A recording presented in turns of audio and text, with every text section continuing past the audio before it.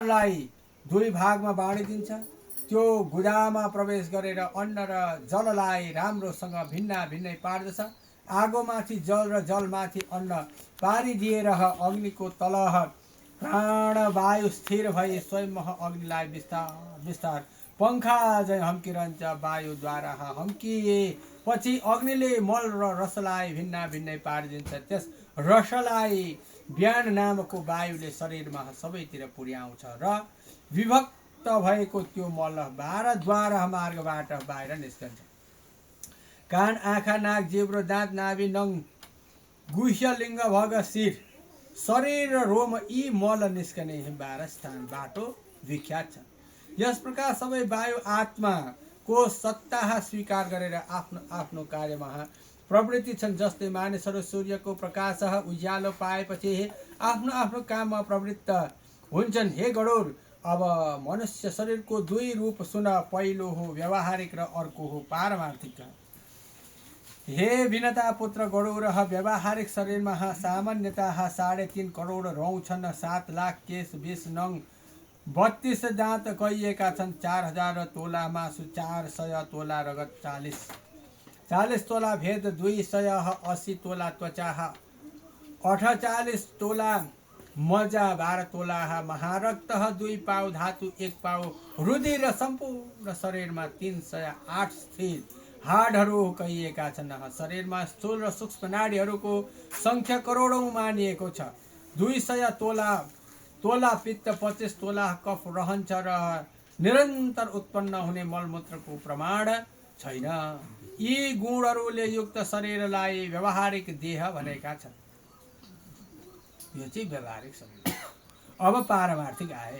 पारमार्थिक शरीरमा सबै 14 भुवन, 7 पर्वत, 7 द्वीप, 7 समुद्र र सूर्य आदि 9 ग्रह छन्। परमार्थिक देहमा 6 चक्र हुन्छन् र जुन गुण ब्रह्माण्डमा कहिएका छन् ती सबै यस शरीरमा स्थित छन्। हाम्रै शरीरभित्र सबै कुरा छ।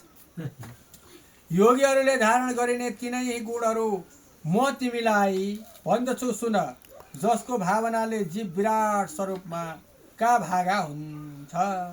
ती गुणहरू सुन। खुट्टाको तल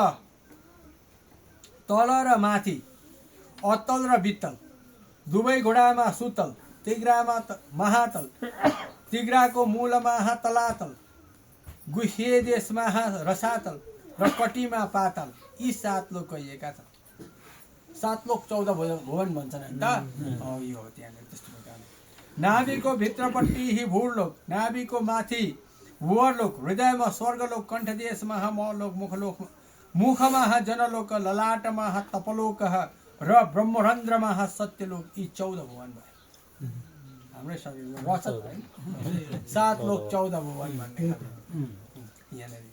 त्रिकोणमा मेरु पर्वत स्थित र तलको हो कोणमा मन्दर पर्वत, दक्षिण कोणमा कैलाश पर्वत, बायाँ कोणमा हिमालय, ऊर्ध रेखामा निषद पर्वत, दक्षिण रेखामा गन्धमादन पर्वत, देब्रे रेखामा रमण पर्वत, यी 7 कुल पर्वत छन् हाम्रै शरीरमा। अस्ति स्थानमा जम्बुद्वीप, मज्जामा शाकद्वीप, मांसमा कुशद्वीप, शिरहरूमा कौञ्चद्वीप, त्वचामा साल्मली द्वीप, रोम समूहमा गोमेद्वीप र नङहरूमा पुष्कर द्वीप जानु।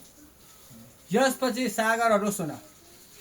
मूत्रमा क्षार समुद्र, दूधमा क्षीर समुद्र, मज्जामा घृत समुद्र, रसमा रस समुद्र, रुधिरमा दधि समुद्र र हे गरुड, कण्ठको भित्र लम्बिकामा सुस्वादु जलको हो समुद्र जान्नु।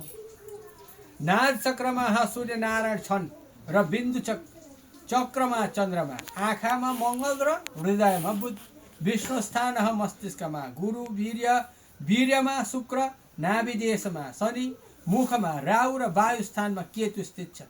यसरी शरीरमा 9 ग्रहहरूको मण्डल छ। अत आफ्नो शरीरलाई सबैको आकृति र निवास स्थान जानेर चिन्तन गरोस्। बुझ्नु भएको थियो योभन्दा पहिला यस्ता कुरा कति सुन्नु भएको तपाईँले? बुझ्नु भएको थियो त यसरी?